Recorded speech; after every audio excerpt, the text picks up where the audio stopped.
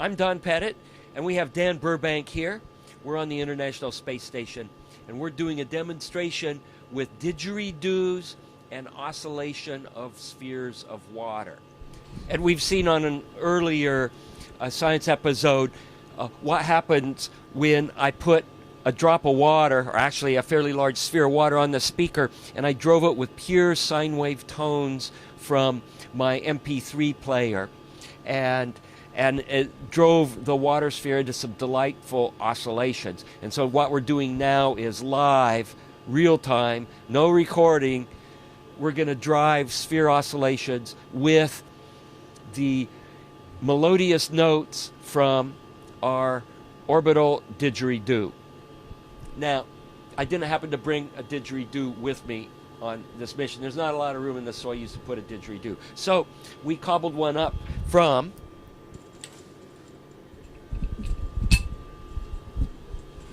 the space station vacuum cleaner hose.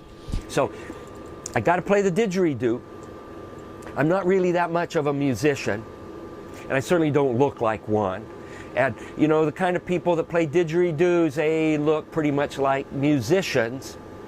And maybe I better do something so I look a little bit more like a didgeridoo player. Stand by.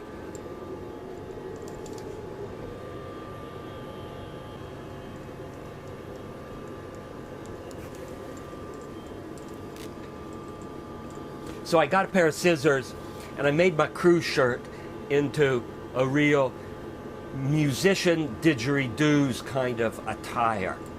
And so I can play my didgeridoo now.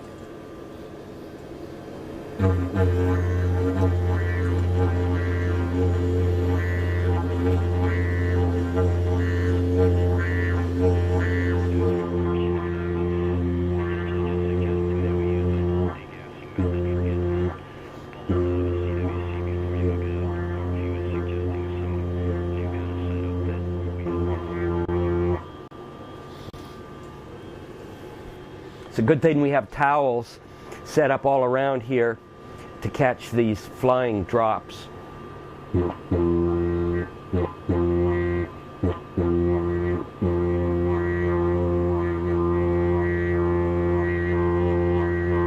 watch this now. I'm going to make these big, and they're not going to spoil off as much water now.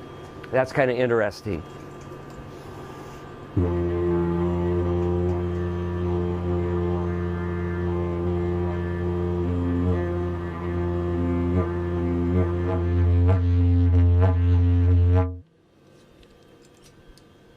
Now, let me change out the right angle adapter for the crevice tool, and let's see how it sounds.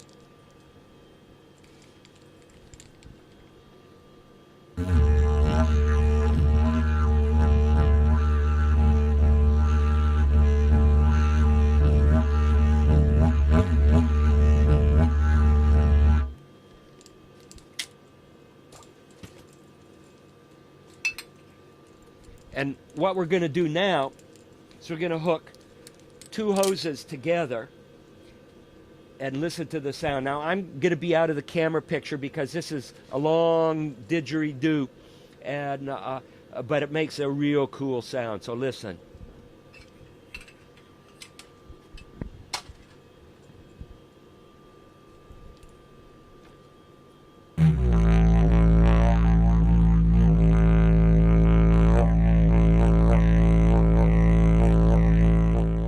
When we're all done, we can clean up space station and vacuum out all the HEPA filters that collect all the little dust bunnies and things that are generated during the course of a week's worth of activity. Any summary? So there's a lot of very interesting science going on here, and essentially what you're doing is creating resonance down the length of a hose, and the hoses are kind of tuned generally to a specific note. And if you change the outlet end of it here, you can change where the nodes are in that wave, for example. So we're hypothesizing that by putting this right angle adapter on it, that essentially you're cutting the frequency in half.